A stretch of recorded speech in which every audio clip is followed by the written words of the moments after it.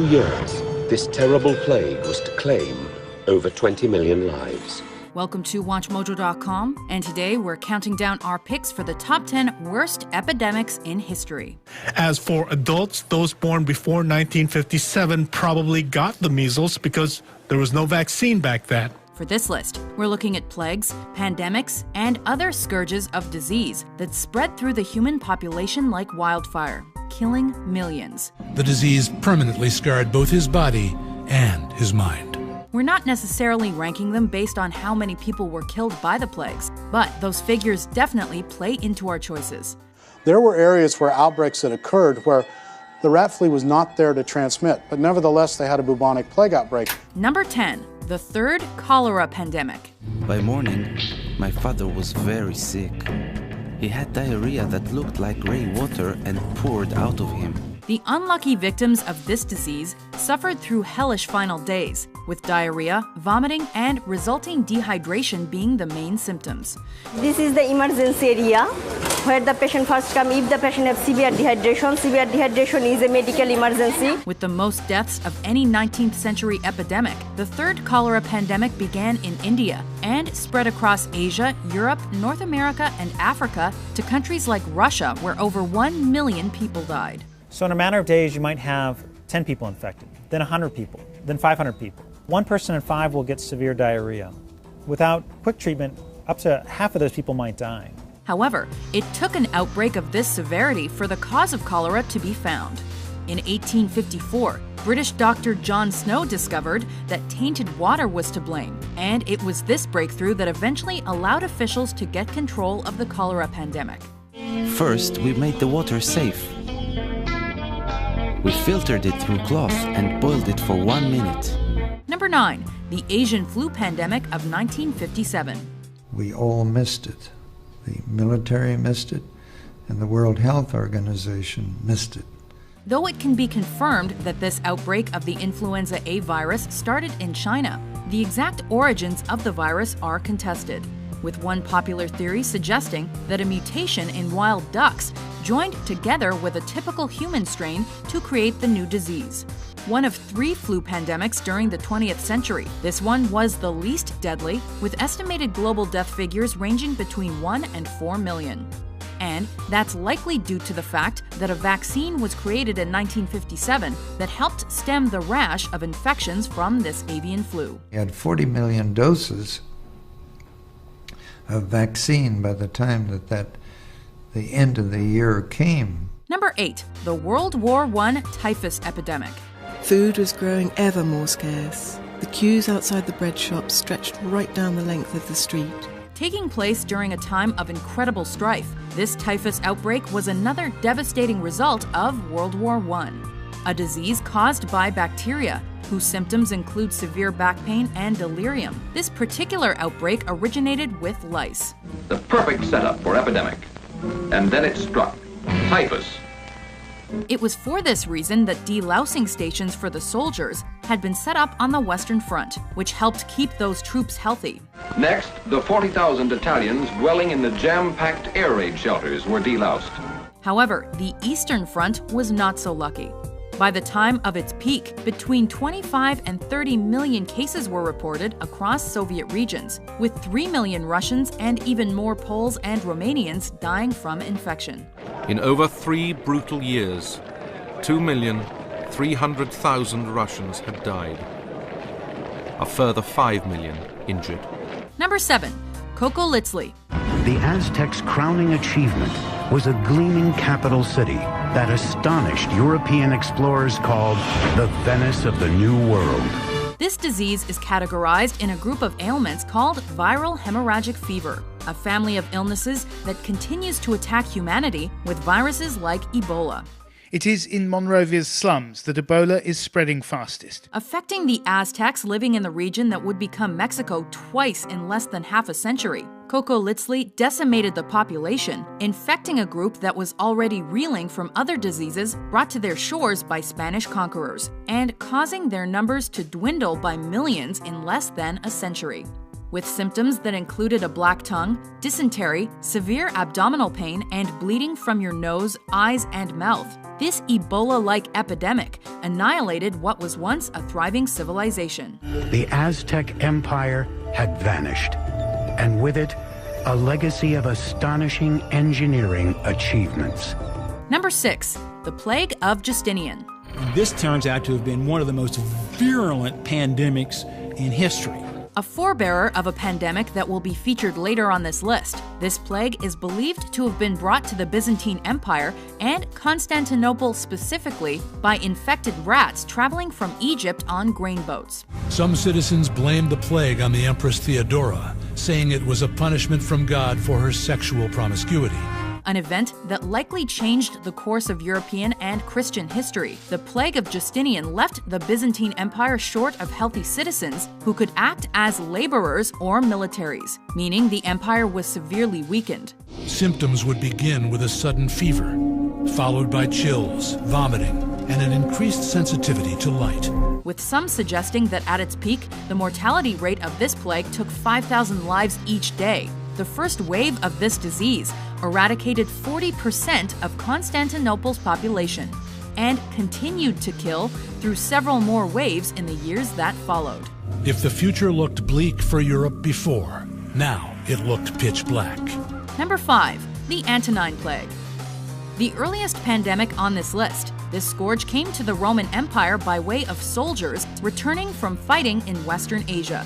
However, what form it took is up for debate, with some thinking smallpox or measles were to blame. Symptoms start out with coughing, runny nose, and a high fever of 104 degrees.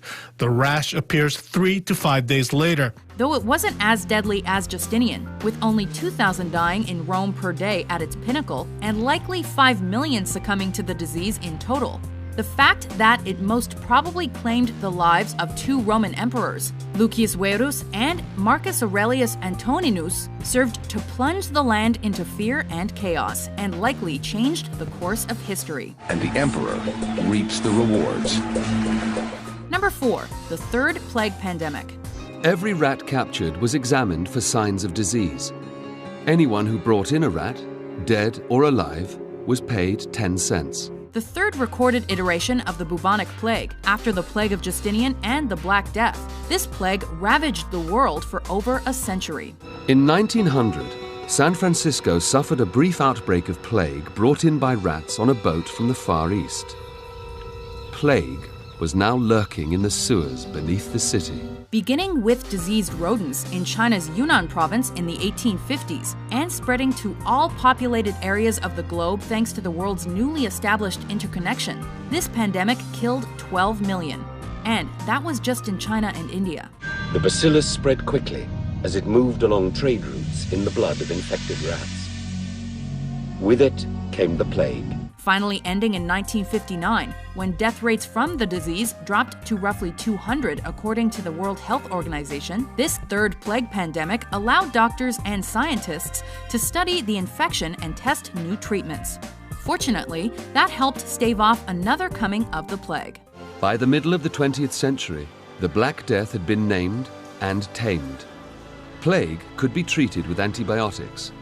Rats could be exterminated. Number 3.